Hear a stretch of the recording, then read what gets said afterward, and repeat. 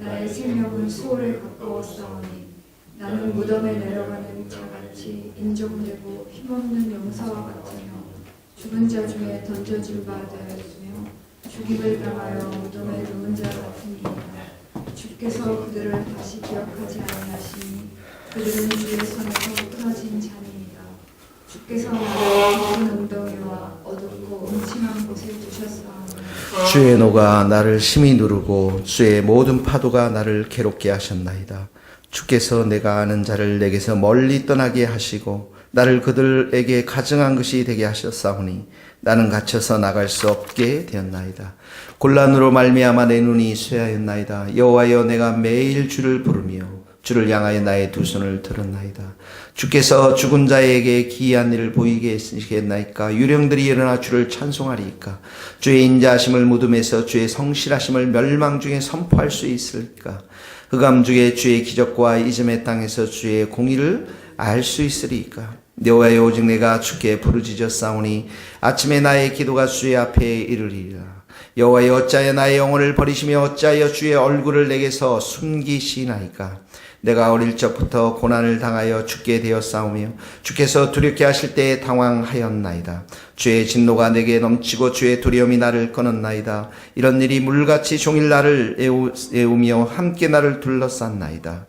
주는 내게서 사랑하는 자와 친구를 멀리 떠나게 하시며 내가 아는 자를 흑암에 두셨나이다. 아멘. 네, 시편 88편 말씀인데요. 시인이 많은 고난 가운데 기도를 드리는 장면입니다.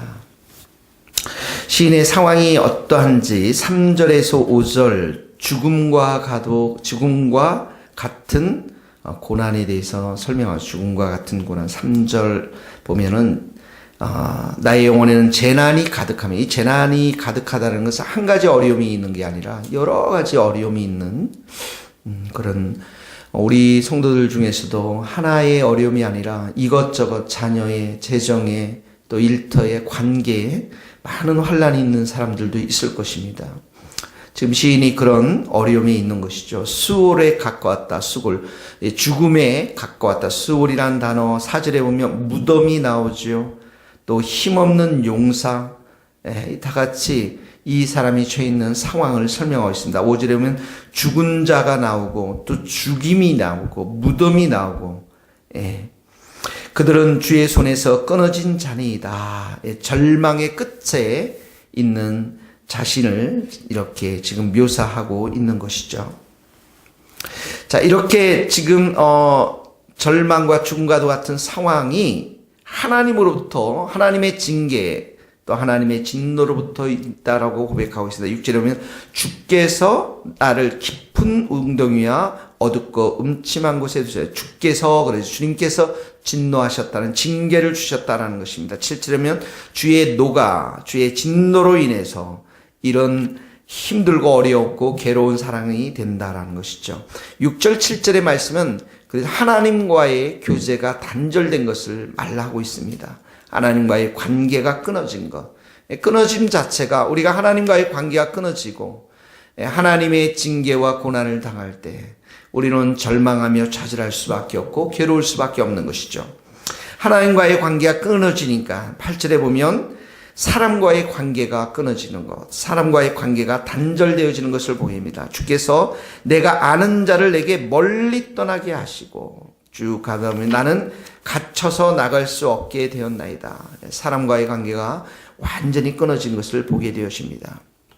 10절에서 12절 말씀은 시인의 하나님의 구원을 속히 보여주소서라는 기도입니다. 하나님의 구원을 속히 10절에서 12절.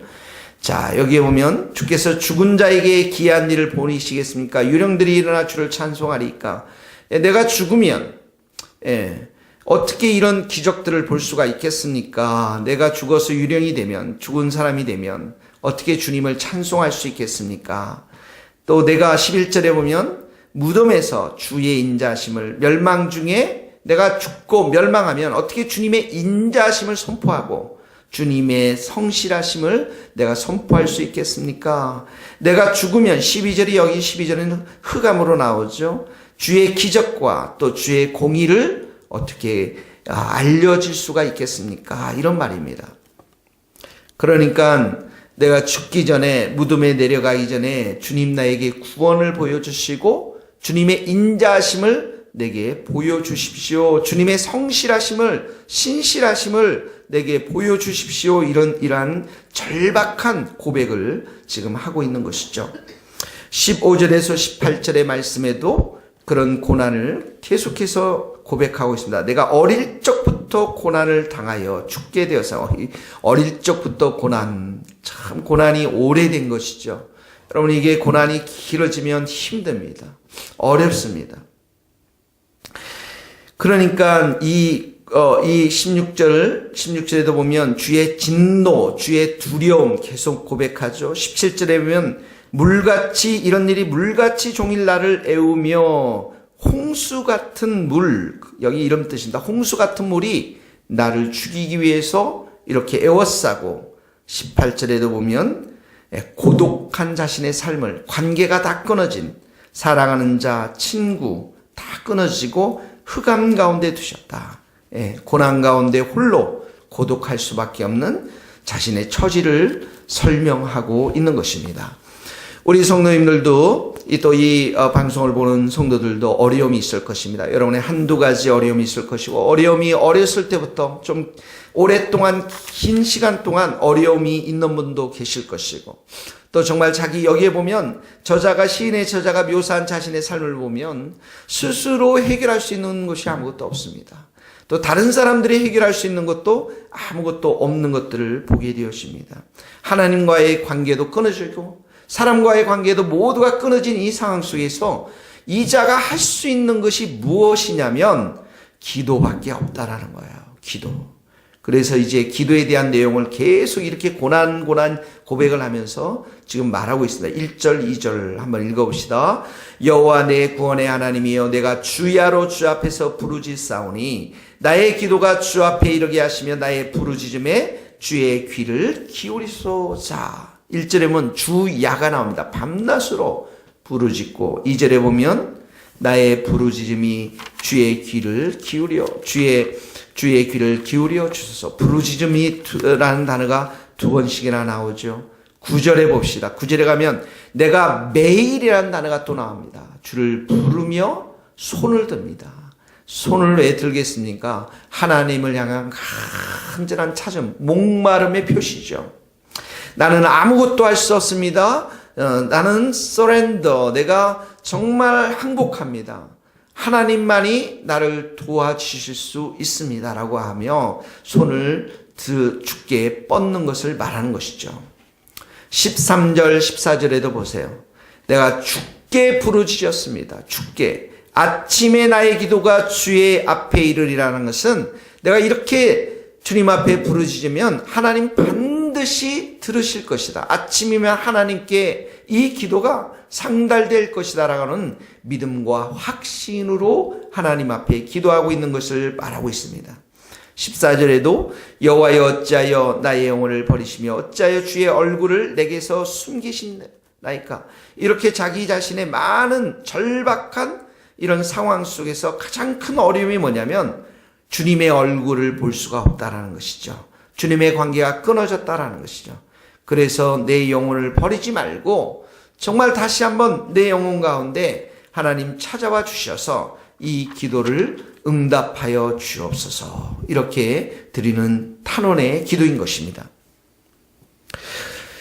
상황이 곤고하고 친구들이 다 떠나고 하나님이 우리를 잊으신 것처럼 느껴질 때 우리가 해야 할 것은 기도를 멈춰서는 안 된다라는 것입니다. 기도의 자리에 떠나서는 안 됩니다. 성도들이 시험을 당하고 교회의 시험을 당하고 많은 어려움을 당할 때 잘 보면 기도의 자리가 떠납니다. 예배의 자리에 떠납니다. 말씀의 자리에 좁니다. 예배를 드리지 않습니다. 반드시 그러면 마귀가 역사하는 것입니다. 기도하는 것을 멈추지 않는 것. 하나님의 응답을 기다리면서 겸손하게 끝까지 기도할 때 하나님께서 응답해 주십니다. 어떤 상황이라도 기도를 계속할 수가 있다면 그 사람은 소망이 있는 것입니다. 기도를 계속하는 것은 하나님께서 우리에게 소망의 응답을 주시기 때문에 결코 그 인생은 좌절하거나 낙심할 수가 없는 것이죠. 우리에게 기도의 세 가지가 중요한 기도할 때 자세가 있다고 그랬습니다. 첫 번째는 담대한 기도입니다. 확신의 기도입니다. 하나님이 아침이 되면 반드시 이 기도가 하나님께 상달될 것이다. 두 번째는 눈물의 기도라고 했습니다. 간절한 기도, 절박한 기도. 하나님, 사람도 없습니다. 하나님도 얼굴을 보여주지 않습니다. 내가 어떻게 살 수 있겠습니까? 눈물의 기도입니다. 내 인생이 이제 거의 수월에 죽음에 가까이 왔습니다. 아무도 나를 구원할 수가 없습니다. 아무도 나의 도움이 되지 못합니다. 하나님, 은혜를 베풀어 주옵소서. 여기 부르짖는다라는 단어는 간절함의 표시인 것입니다. 간절함의 표시. 그리고 마지막으로 기도의 자리를 포기하지 않고 지속적으로 반복적으로 기도할 때 하나님은 그 기도에 응답해 주시는 것입니다. 구하라 그리하면 찾을 것이요, 찾으라 그리하면 찾을 것이요, 문을 두드리라 그리하면 너희에게 열릴 것이니 구하는 이마다 얻을 것이요, 찾는 이가 찾을 것이요, 두드리는 이에게 열릴 것이니라. 하나님께서, 예수님께서 말씀하셨습니다.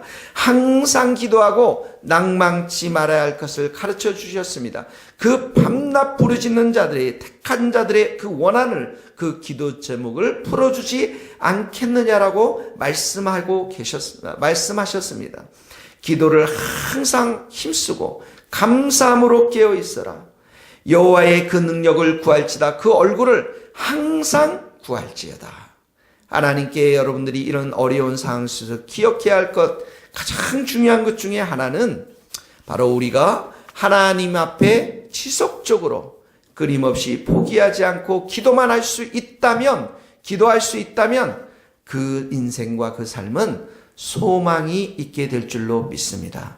첫 번째, 계속해서 기도하라는 것입니다. 두 번째는 기도할 때에 하나님의 성품을 생각하면서 기도해야 합니다. 여기 11절에도 하나님의 성품이 나와 있습니다. 주의 인자하심, 헤세드의 하나님, 인자라고 하는 헤세드의 하나님, 그 헤세드라는 단어는 하나님의 자비, 하나님의 긍휼, 하나님의 선하심, 하나님의 사랑, 하나님의 좋은 모든 성품이 다 들어있는 단어인 것입니다. 우리가 밤낮으로 기도할 때 상황이 바뀌지 않고 기도할 때에 기억해야 할 것이 있습니다. 그것은 바로 하나님의 성품입니다. 사랑의 성품, 긍휼의 성품, 인자하신 성품. 하나님은 결코 믿는 자들의 그 기도를 외면하시지 아니하시는 선하신 하나님이신 것을 우리가 기억해야 될 줄로 믿습니다.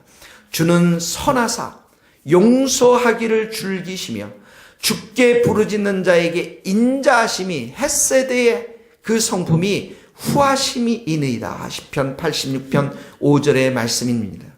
너희는 여호와의 선하심을 맛보할지어다. 그에게 피하는 자는 복이 있도다. 여호와의 선하심을 맛보할지어다. 젊은 사자는 궁핍하여 줄일지라도 여호와를 찾는 모든 자는 모든 좋은 것에 부족함이 없으리로다. 하나님의 선하신 성품, 인자하신 성품을 생각하면서 오늘도 우리가 기도에 힘써야 될 줄로 믿습니다. 사랑하는 성도 여러분, 오늘 이 말씀으로 축복합니다. 여러분 계속해서 기도하시고 하나님 앞에 우리의 어려움들을 다 내려놓고 선하심과 인자하심을 베풀어 달라고 기도하며 하나님의 응답을 정말 맛보아 경험할 수 있는 우리 모든 성도들 될 수 있기를 예수님의 이름으로 축복합니다. 하나님 아버지 감사합니다. 오늘도 우리에게 많은 시련과 어려움이 있습니다. 하나님 아버지, 이 어려움과 시련, 우리 스스로 해결할 수 없는 많은 것들 주님 앞에 오늘도 내려놓고 겸손히 은혜를 구합니다. 사랑의 하나님 아버지, 그 하나님 하늘의 문을 열어주시고 성령의 충만한 은혜를 부어주셔서 우리에게 하나님 아버지 기도하는 모든 것들 헛되지 않음을 하나님 아버지 우리에게 가르쳐 주시고 하나님의 좋은 것 선한 것으로 마음껏 축복하여 주셔서 우리가 더욱더 주님을 사랑하며 의지하며 찬양하며 경배하는 하나님의 귀한 자녀들로 세워 주옵소서. 하나님이 교회를 사랑하여 주시고 이 교회 안에 있는 많은 기도의 제목들 응답하여 주시고 어려운 모든 것들을 주님께서 다 하나님의 응답으로 선하신 응답으로 채워주셔서 우리 모든 성도들이 예배자로 든든히 서나갈 뿐만 아니라 이 교회도 든든히 서나갈 수 있도록 주께서 은혜를 베풀어 주옵소서. 오늘 하루도 주님 앞에 의탁하고 예수 그리스도의 이름으로 기도하오며 지금은 우리 주 예수 그리스도의 은혜와 하나님의 크신 사랑과 성령님의 교통하심이 우리 모든 성도들, 선교사들, 선교사님들, 이 나라 이 민족 위에 스코틀랜드 땅 위에 이제로부터 영원토록 함께 하시기를 간절히 축원하옵나이다. 아멘.